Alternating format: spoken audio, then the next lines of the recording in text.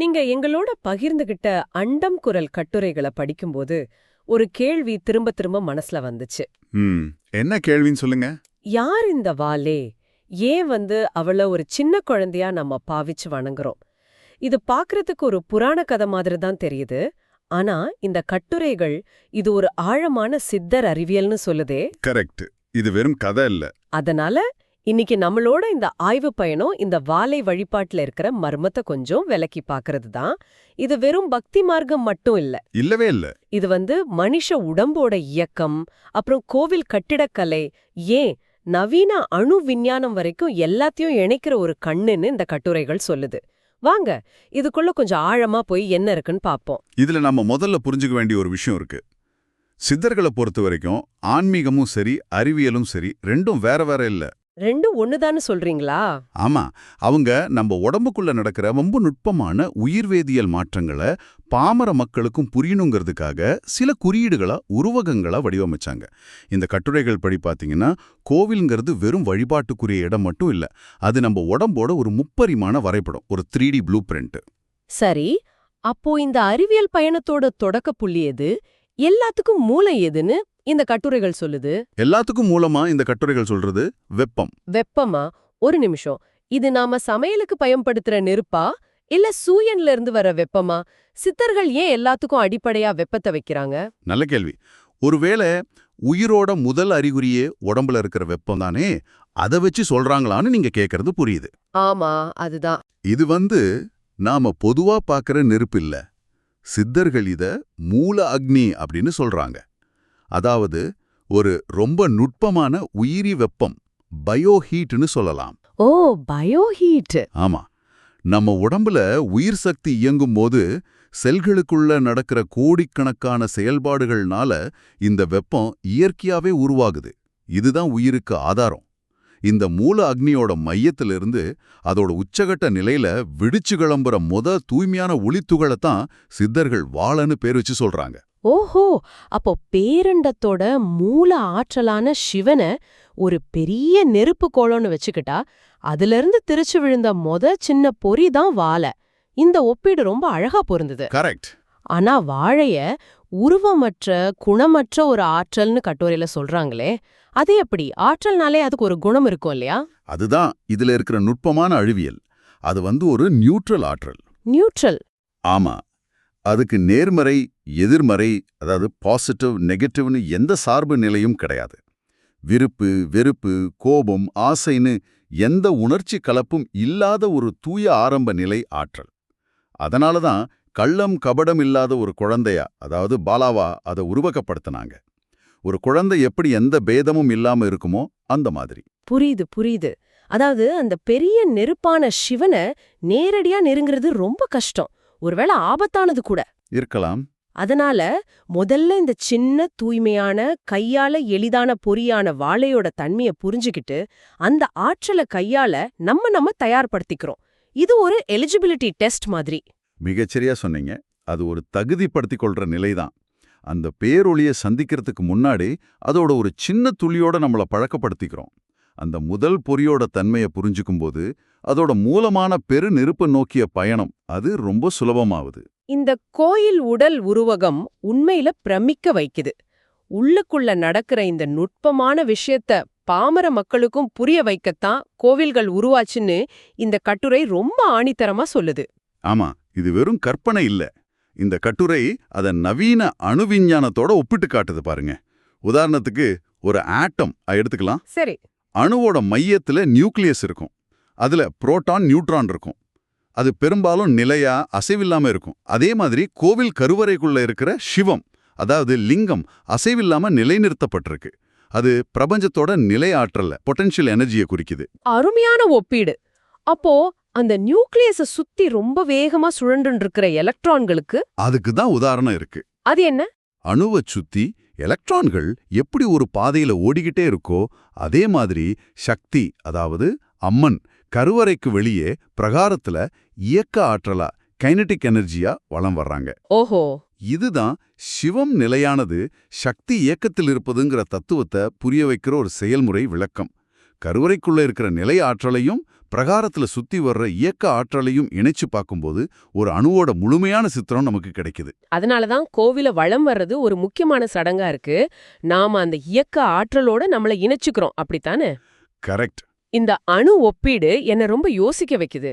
அணுவுல proton, neutron, எலக்ட்ரான்னு 3 முக்கிய துகள் இருக்கு. இங்க சிவம் புரோட்டான், சக்தி எலக்ட்ரான்னு சொல்லிட்டீங்க.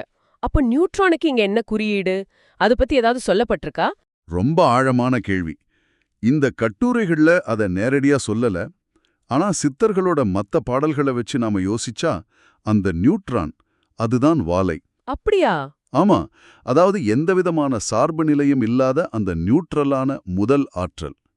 சிவம் சக்திங்கிற இருமை நிலை வர்றதுக்கு முன்னாடி இருந்த ஒருமை நிலை. இன்னொரு விதத்துல பார்த்தா கருவறையில் இருக்கிற சிவத்துக்கும் பிரகாரத்துல சுத்துற சக்திக்கும் நடுவுல இருக்கிற அந்த வெட்ட வெளிய, அந்த சாட்சியா இருக்கிற வெளிய நியூட்ரலான ஆற்றலா நம்ம கருதலாம். இது ஒரு சுவாரஸ்யமான புள்ளி. ஆஹா, அப்போ அந்த சமன்பாடு இப்ப முழுமையடையுது. இன்னொரு விஷயமும் கட்டுரையில இருந்துச்சு. குழந்தைங்களை மட்டும் கருவறை பக்கத்துல போக அனுமதிப்பாங்க. இதுவும் அந்த நியூட்ரல் நிலைய குறிக்கிறதா? மிகச்சரியா பிடிச்சிங்க.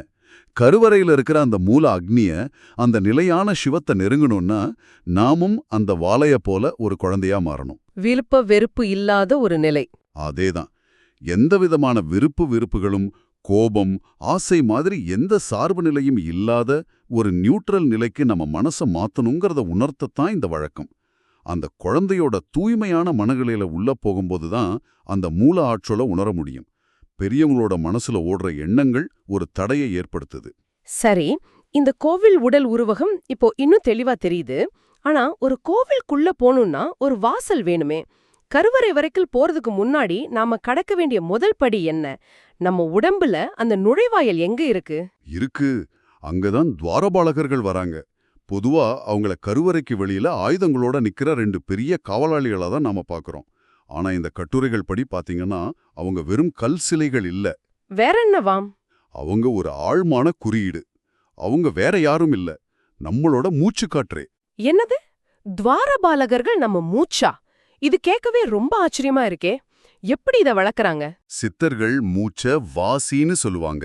நம்ம இடது வலது நாசி வழியா உள்ள இழுத்து வெளியே விடுற நம்ம மூச்சு தான் அந்த 2 காவலாளிகள். யோகா அறிவியல்ல இத இடகலை, பிங்கலைன்னு சொல்லுவாங்க. ஓ, இடகலை பிங்கலை. ஆமா. இடது நாசி ஓட்டம் சந்திரகலை, அது குளிர்ச்சி. வலது நாசி ஓட்டம் சூரியகலை, அது வெப்பம். இந்த 2 சுவாசமும் சமநிலையில இல்லாத வரைக்கும் நம்ம மனசு அலைபாஞ்சுக்கிட்டே இருக்கும். இந்த 2 தான் கோவிலோட நுழைவாயில்ல நிக்கிற துவாரபாலகர்கள். அப்போ உள்ள நுழைய அவங்களோட அனுமதி வேணும்னா நாம நம்ம மூச்சை கட்டுப்படுத்தணும், அப்படிதானே? ஆமா. இது வெறும் தியானத்தோட முதல் படி மட்டும் இல்ல, அதுக்குள்ள ஆழமான அறிவியல் இருக்கு. 2 நாசிகள்லயும் ஓடுற மூச்சை சீர் செஞ்சு சமநிலைக்கு கொண்டு வரும்போது சுழுமுனைன்னு சொல்ற மைய நாடி திறக்கும். அந்த சமநிலை ஏற்படும்போது தான் நம்ம மனசு ஒருமுகப்படும். மூச்சு சிதறுனா சிந்தனை சிதறும். சிந்தனை சிதறுனா நம்மால உள்நோக்கி பயணிக்க முடியாது. அதனால மூச்சாகிய துவாரபாலகர்களை சமாதானப்படுத்தி, அதாவது சீராக்கி உள்ள போறதுக்கான அனுமதியை பெறது தான் உள்மன பயணத்தோட முதல் படி.